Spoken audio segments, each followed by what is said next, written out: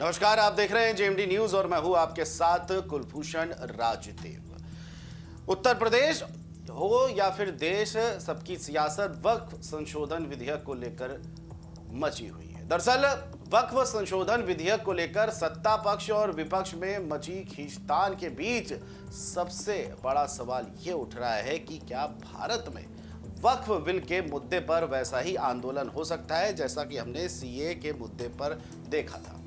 क्योंकि अब वक्फ बिल को लेकर माहौल कुछ ऐसा ही बन रहा है, दुष्प्रचार भी किया जा रहा है और देश भर के आम मुसलमानों से कहा जा रहा है कि अगर उन्होंने वक्फ बिल का विरोध नहीं किया तो सरकार उनसे उनकी मस्जिदों, कब्रिस्तानों और मदरसों की जमीन छीन लेगी। इस रिपोर्ट में हम आपको बताएंगे कि आखिरकार वक्फ बोर्ड क्या है, कब गठित हुआ और कैसे काम करता है। इसके अलावा सरकार वक्फ बिल में क्या संशोधन करना चाहती है जिस पर इतना ज्यादा शोर शराबा मचा हुआ है। लेकिन इससे पहले आपको बताते हैं कि केंद्रीय संसदीय कार्य मंत्री किरेन रिजिजू ने क्या बयान दिए। दरअसल मंत्री किरेन रिजिजू ने कहा है कि मेरी सभी से अपील है कि हम जब संसद में वक्फ संशोधन विधेयक पेश करने की तैयारी कर रहे हैं तो हमें सदन में बहस और चर्चा में हिस्सा लेना चाहिए। कृपया इस मामले को लेकर के लोगों को गुमराह ना करें। और साथ ही साथ उन्होंने ये भी कहा है कि कल वो 8 घंटे तक इस पर चर्चा भी करेंगे। अब आपको बताते हैं कि वक्फ बोर्ड क्या है। दरअसल वक्फ का मतलब होता है अल्लाह के नाम। ये एक अरबी शब्द है, यानी ऐसी चीजें जो किसी व्यक्ति या संस्था के नाम नहीं है। वक्फ बोर्ड एक सर्वेयर होता है और वही तय करता है कि कौन सी संपत्ति वक्फ की है और कौन सी नहीं है। इस निर्धारण के 3 आधार होते हैं। अगर किसी ने अपनी संपत्ति वक्फ के नाम कर दी है, अगर कोई मुसलमान या मुस्लिम संस्था जमीन की लंबे समय से इस्तेमाल कर रहा है या फिर सर्वे में जमीन का वक्फ की संपत्ति होना साबित हुआ हो। वक्फ बोर्ड मुस्लिम समाज की जमीनों पर नियंत्रण रखने के लिए बनाया जाता है, जिससे इन जमीनों के बेजा इस्तेमाल को रोकने और गैरकानूनी तरीकों से बेचने पर रोक के लिए बनाया गया था। वक्फ अरबी भाषा का शब्द है, पहले भी बताया हुआ था, जिसका अर्थ यह होता है कि खुदा के नाम पर अर्पित वस्तु या परोपकार के लिए दिया गया धन। इसमें चल और अचल संपत्ति को शामिल किया जाता है। बता दें कि कोई भी मुस्लिम अपनी संपत्ति वक्फ को दान दे सकता है। कोई भी संपत्ति वक्फ घोषित होने के बाद गैर हस्तांतरणीय हो जाती है। और अब बात करते हैं कि वक्फ बोर्ड क्या है। वक्फ बोर्ड को लेकर के बात करते हैं।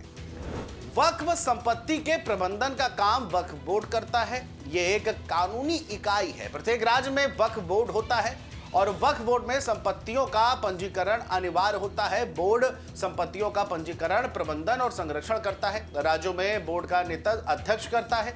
देश में शिया और सुन्नी 2 तरह के वक्फ बोर्ड बनाए गए हैं। वक्फ बोर्ड का सदस्य, अब इस पे भी कई लोगों को नहीं पता होगा कि कौन कौन हो सकते हैं। वक्फ बोर्ड को मुकदमा करने की शक्ति भी है, यह भी एक बात है। वक्फ बोर्ड की मुकदमा करने की शक्ति भी होती है। और अध्यक्ष के अलावा बोर्ड में राज्य सरकार के सदस्य, मुस्लिम विधायक, सांसद, राज्य बार काउंसिल के सदस्य, इस्लामी विद्वान और वक्फ के मुतवल्ली को शामिल किया जाता है। और इसके अलावा कब कब हुआ संशोधन। देश में सबसे पहली बार 1954 में वक्फ एक्ट हुआ बना। 1955 में पहला संशोधन किया गया। इसके बाद 1995 में एक नया वक्फ बोर्ड अधिनियम बनाया गया। इसके तहत हर राज्य केंद्र शासित प्रदेश में वक्फ बोर्ड बनाने की अनुमति दी गई। बाद में साल 2013 में इसमें संशोधन किया गया था। क्या है केंद्रीय वक्फ परिषद? अब हम इस पर बात कर लेते हैं। वक्फ परिषद जो बनाया गया, केंद्रीय वक्फ परिषद अल्पसंख्यक मामलों के मंत्रालय के प्रशासनिक नियंत्रण के अधीन एक संवैधानिक निकाय है। परिषद को 1964 में वक्फ अधिनियम 1954 के प्राविधान के मुताबिक गठित किया गया था। इसमें वक्फ बोर्डों की कार्यप्रणाली और आप प्रशासन से संबंधित मामलों में केंद्र सरकार के सलाहकार निकाय के रूप में स्थापित किया गया था। परिषद को केंद्र सरकार और राज्य सरकारों और राज्य वक्फ बोर्डों को सलाह देने का अधिकार है। परिषद का अध्यक्ष केंद्रीय मंत्री होता है। अल्पसंख्यक मामलों के मंत्री भी इसमें होते हैं। अब बात होगी वक्फ बोर्ड के पास कितनी संपत्ति है। सवाल यह भी उठ रहा है। मीडिया रिपोर्ट्स के मुताबिक देश में वक्फ बोर्ड के पास 8 लाख एकड़ से ज्यादा जमीन है। साल 2009 की बात करें तो यह जमीन 4 लाख एकड़ थी। इनमें अधिकांश मस्जिद, मदरसा और कब्रिस्तान शामिल है। वक्फ बोर्ड की अनुमानित संपत्ति की कीमत तकरीबन 1.2 लाख करोड़ रुपए है। देश में उत्तर प्रदेश और बिहार में 2 शिया वक्फ बोर्ड समेत कुल 32 वक्फ बोर्ड है। रेलवे और रक्षा विभाग के बाद देश में वक्फ बोर्ड के पास सबसे अधिक संपत्ति है। इस बात से आप समझ सकते हैं कि वक्फ बोर्ड के पास कितनी ज्यादा संपत्ति है। यूपी में सुन्नी वक्फ बोर्ड के पास 1,23,000 जमीनें हैं, तो वहीं शिया वक्फ बोर्ड के पास कुल 3,102 जमीनें हैं। वहीं अगर देश की बात की जाए तो देश भर में वक्फ के पास 7,85,934 संपत्तियां हैं। अब बात करते हैं नरसिम्हा राव की सरकार की। दरअसल क्योंकि उन्हीं की सरकार में वक्फ बोर्ड की शक्तियों को बढ़ाया गया था। 1954 में वक्फ बोर्ड का गठन हुआ। हालांकि 1995 के संशोधन से वक्फ बोर्ड को असीमित शक्तियां मिल गई। पीवी नरसिम्हा राव की कांग्रेस सरकार ने वक्फ एक्ट में संशोधन किया और उस संशोधन के बाद वक्फ बोर्ड के पास जमीन अधिग्रहण के असीमित अधिकार आ गए। वक्फ एक्ट 1995 का आर्टिकल 40 यह कहता है कि यह जमीन किसकी है, यह वक्फ का सर्वेयर और वक्फ बोर्ड तय करेगा। बाद में साल 2013 आया, इसमें संशोधन किए गए जिसमें वक्फ बोर्ड से संबंधित और वक्फ से संबंधित मामलों में असीमित और पूरी तरह से स्वायत्तता प्राप्त हो गई। यानी कि 2013 का जो भी संशोधन हुआ था उसमें वक्फ बोर्ड ही सर्वे सर्वा था। और अब बात करते हैं वक्फ बोर्ड को शक्तियां क्या क्या मिली है। अगर आपकी संपत्ति को वक्फ की संपत्ति बता दी गई तो आप उसके खिलाफ कोर्ट नहीं जा सकते। यह एक बड़ा मसला सामने आया था। आपको वक्फ बोर्ड से ही गुहार लगानी पड़ेगी और अगर वक्फ बोर्ड का फैसला आपके खिलाफ आया तब भी आप कोर्ट नहीं जा सकते। तब आप वक्फ ट्रिब्यूनल में जा सकते हैं और इस ट्रिब्यूनल में भी प्रशासनिक अधिकारी होते हैं और उसमें गैर मुस्लिम भी हो सकते हैं। और वक्फ एक्ट का सेक्शन 85 यह कहता है कि ट्रिब्यूनल के फैसले को आप हाई कोर्ट या सुप्रीम कोर्ट में भी चुनौती नहीं दे सकते हैं। अब ये वक्फ बोर्ड के ट्रिब्यूनल की पावर है और इसी को लेकर के ये मसला छिड़ा हुआ है। देश में एक सेंट्रल वक्फ बोर्ड और 32 स्टेट बोर्ड है। केंद्रीय अल्पसंख्यक कल्याण मंत्री सेंटर वक्फ बोर्ड का पदेन अध्यक्ष होता है। अब तक की सरकारों में वक्फ बोर्ड अनुदान दिया जाता रहा है। मोदी सरकार में भी वक्फ को लेकर के उदारता दिखाई गई है। सेंटर वक्फ बोर्ड ने नियम बनाया कि अगर वक्फ की जमीन पर स्कूल, अस्पताल आदि बनते हैं तो पूरा का पूरा खर्चा जो है वो सरकार का होगा।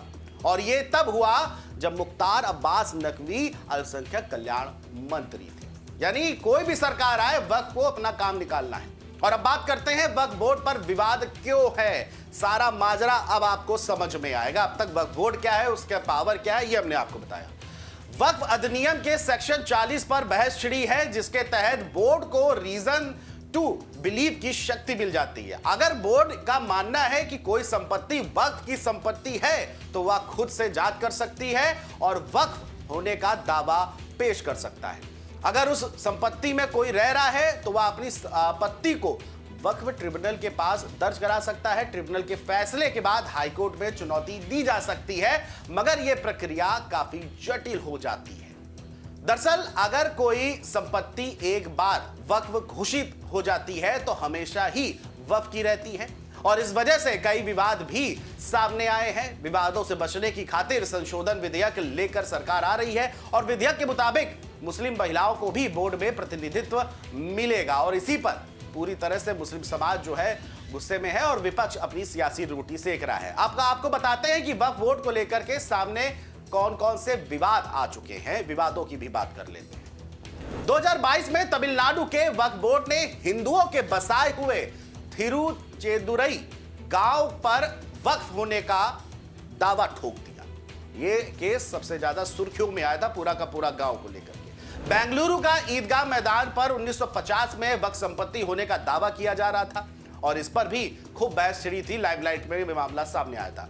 दूसरी तरफ सूरत नगर निगम भवन को वक्फ संपत्ति होने का दावा किया जा रहा है और इस पर भी बहस छिड़ी। और इसी के साथ साथ कोलकाता के Tollygunge club, royal Calcutta golf club और बेंगलुरु में आईटीसी विंडसर होटल के भी वक्फ भूमि पर होने का दावा किया गया था। और ये जो हमने आपको केसेस बताए, विवाद बताए, इसी के बाद जरूरत पड़ी कि इस तरह से वक्फ का गैर कानूनी उपयोग किया जा रहा है और इसी को लेकर के ये संशोधन की बात हो रही है। और अब आपको बताते हैं कि वक्फ में क्या क्या संशोधन किए जाएंगे, जिस पर मुस्लिम समाज और विपक्ष को नाराजगी है।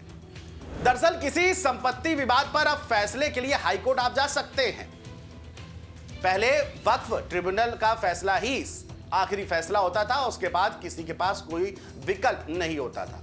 वही दान किए बिना किसी संपत्ति पर वक्फ अपना अधिकार नहीं जता सकता है, लेकिन इससे पहले दावे के साथ संपत्ति वक्फ का अधिकार हो जाती थी। इसके अलावा वक्फ बोर्ड में महिला और अन्य धर्म से 2 सदस्य होने चाहिए, लेकिन पहले बोर्ड में महिला और अन्य धर्म के सदस्य नहीं होते थे और इसी को लेकर के मुस्लिम समाज नाराज है।